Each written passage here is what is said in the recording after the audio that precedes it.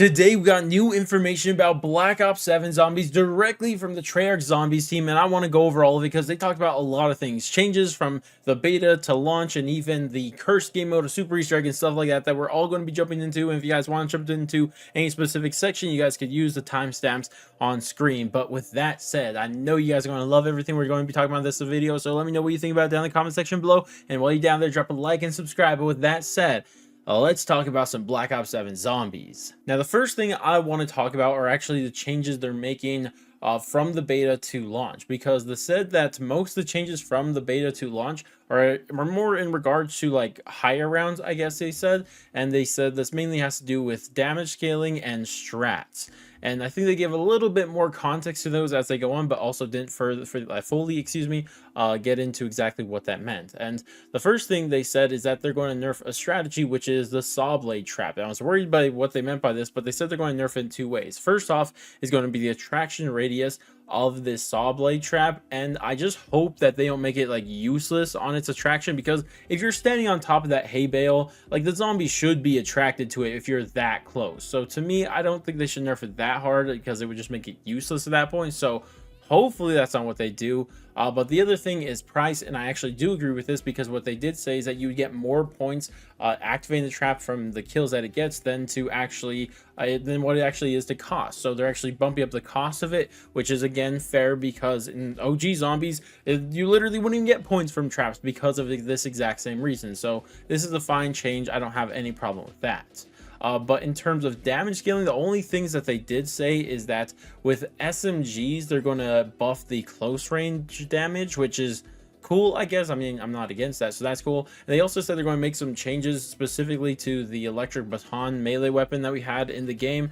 And at first I thought they said they're going to buff it, but then it sounded like they were going to nerf it, so I'm not sure exactly what's going on there. But then finally they did say that they are going to make some other vague changes that they didn't really elaborate on. So that's that. But another thing they did address is actually the damage that your guns do past round 30, because I think we could all agree that our guns would just completely fall off in the beta after round 30, even if you have a triple pack punch gold. And all they told us is that the augments will help with this problem.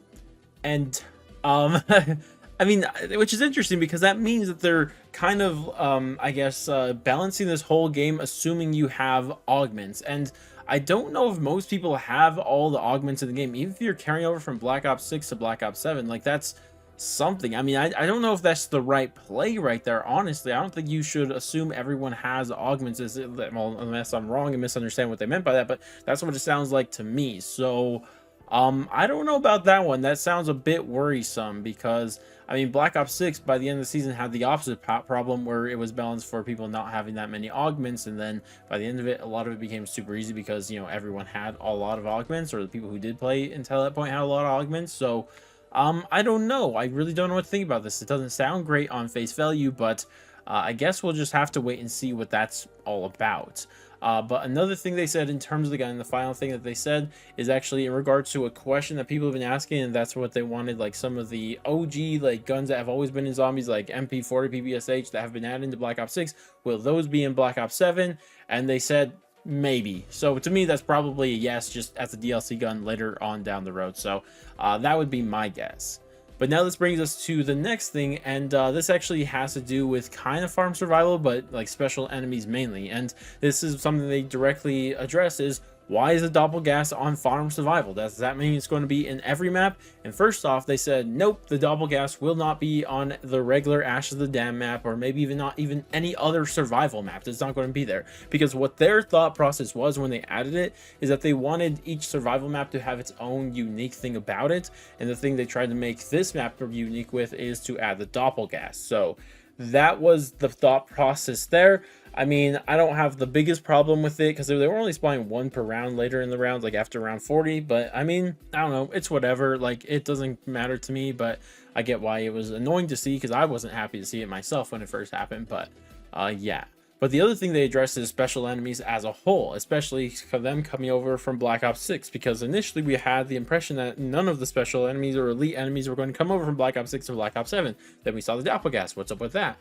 And what they said is most of them will not be making their way over to Black Ops 7 in any significant ways. And I'm pretty sure that's because it's like, I think one of them might actually be a part of a Easter egg set, but we're not even getting into all that. But they said for certain there will not be a couple of them returning. First off, parasites and the bugs are not going to be coming over, or spiders and the parasites, you know, the bugs and spiders from Terminus, I guess, originally. Those are not going to be making their way into this game. Also, amalgams will not be making their way into this game either. And the final thing from Black Ops 6 that won't be here, and thank God, is the Mangler. The only other thing I needed to hear was the Mimic not coming over, because I'm sick of the Mimic at this point, but, you know, at least we got rid of the Mangler at this point, because I'm sick of that guy. Like, he was cool in Garage Trophy, and that's the last time he's been cool. But this does bring us to our next section, and this is going to be the HUD. And they give us a bit more information about the HUD. And the first thing they said is that Zombies will have its own unique HUD at launch. So this is even having to do with HUD themes, like just a default HUD for Zombies is going to be Zombies themed. So we're not going to have like the multiplayer HUD in Zombies this year, which is the least we could ask for, honestly, at this point. Like, I don't know why that never happened in Black Ops 6, but whatever. We're glad to see that. Now, if I just had to tell Treyarch one thing about this, is like, design it however you want, make it look cool, whatever, but we do not, and in fact, you don't even need this in multiplayer, but you do not need a picture of the gun you're holding in your own hand in the bottom right of the screen. You don't need that. I've never understood why some HUDs do this. Like, why do I need to see a little outline of my gun that I'm already holding? I could already see the gun in my hand. Like, in multiplayer, that doesn't make sense, and especially in Zombies, it makes even less sense, and it just makes the screen look even more clunky. So Treyarch, make that change to the HUD in general. I don't know why you even did that to begin with. I don't think Treyarch's done this before. That's more like I think, who did that first? Probably like Infinity Ward or Sledgehammer. I don't remember a Treyarch games doing this before, so it's just weird that they're now doing it with Black Ops 7. So get rid of that. The next thing I do mention is actually has to do with the HUD themes, and this is weird because they did confirm these in the first like major blog post that we got for Black Ops 7 Zombies, but then people just got surprised that it was actually in the files of the game, and we're acting like Treyarch never told us about it before, but they definitely did. It's just because you didn't know about it doesn't mean it didn't happen, so you can't get mad at Treyarch because you missed it.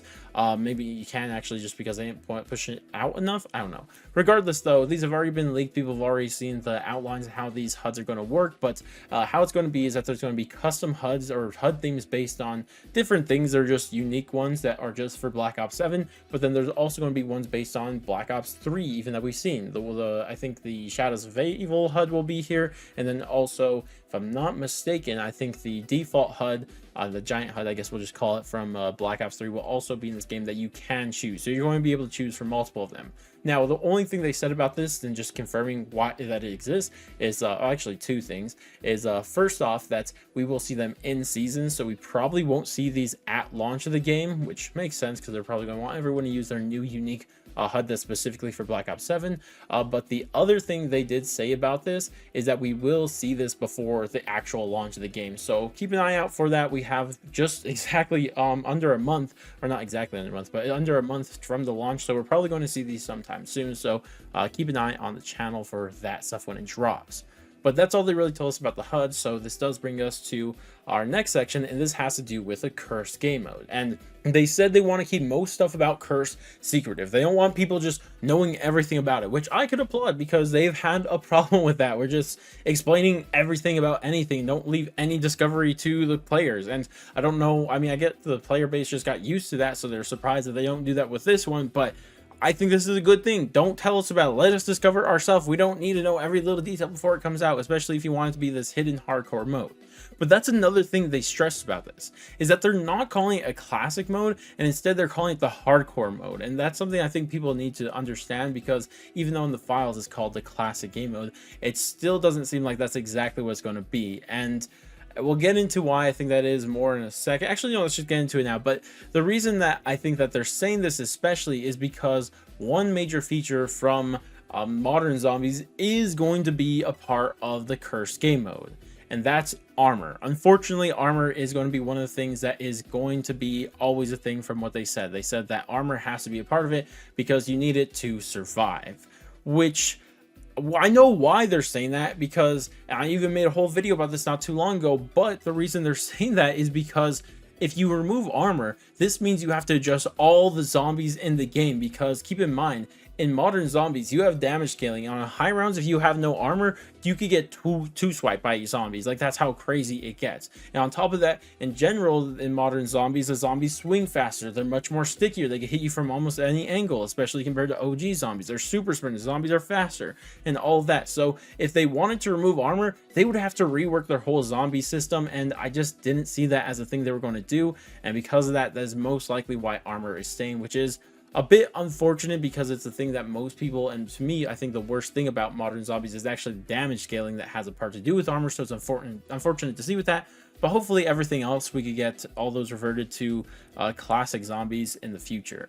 But the final thing they did mention is about this cursed game mode is actually how we're going to unlock it, because they wanted to keep it secret, but everyone was crying about it on Twitter. And for some reason, they're listening too much to the people on Twitter. They said that instead of what the original plan was, is that you won't be able to unlock it until you actually beat the curses or the Ashes of the Damned Easter egg. Instead, now, after whoever completes it first in the world, it'll actually unlock for everybody, which is fine or whatever. It's, I don't know, it's whatever. But I don't really care about how it's unlocked, honestly. But regardless, though, that's how it's going to be unlocked. But then there's a final thing they talked about in this video, and this is actually in regards to a super Easter egg, because this was a big discourse with Black Ops 6, especially more recently. I don't know why people weren't complaining about it when I was complaining about it, but they said in Black Ops 7, they are looking at the idea of doing a super Easter egg and practically confirming there's going to be one. And their kind of reasoning for why there wasn't one in Black Ops 6 is because it's kind of the same continuous story, I guess, because they said that Black Ops 6 events happened, and then immediately after that, the Black Ops 7 events happened. So that's their reasoning, at least that they're telling us, that there's not one yet. But does this mean that we're going to actually get this super Easter egg in Black Ops 7 and it's going to have something to do with Black Ops 6? Because when you say something like that, you have to understand what that means, because if you're saying Black Ops 6 is a part of the super Easter egg here, then it has to be a part of it. So is this going to affect Black Ops 6 in some way? I mean, maybe, and it would be kind of cool actually, because I just thought of something. What if through the super Easter egg you get the Black Ops 6 maps ported into Black Ops 7? That would be kind of cool. I would be okay with that, but I don't know. We'll have to wait and see. But regardless, that's everything they shared with this dev talk that they gave us for zombies. Mostly good stuff, I would say, and explanations for the things we were curious about. The only like overall thing that I don't think is a good thing is that it confirms that armor is going to be a thing in cursed game mode, which is a bit unfortunate. But regardless, that's everything that I think is worth talking about. But let me know what you guys think about everything we talked about in this video and all that great stuff. But I'm gonna go, and I'll catch you guys in the next one.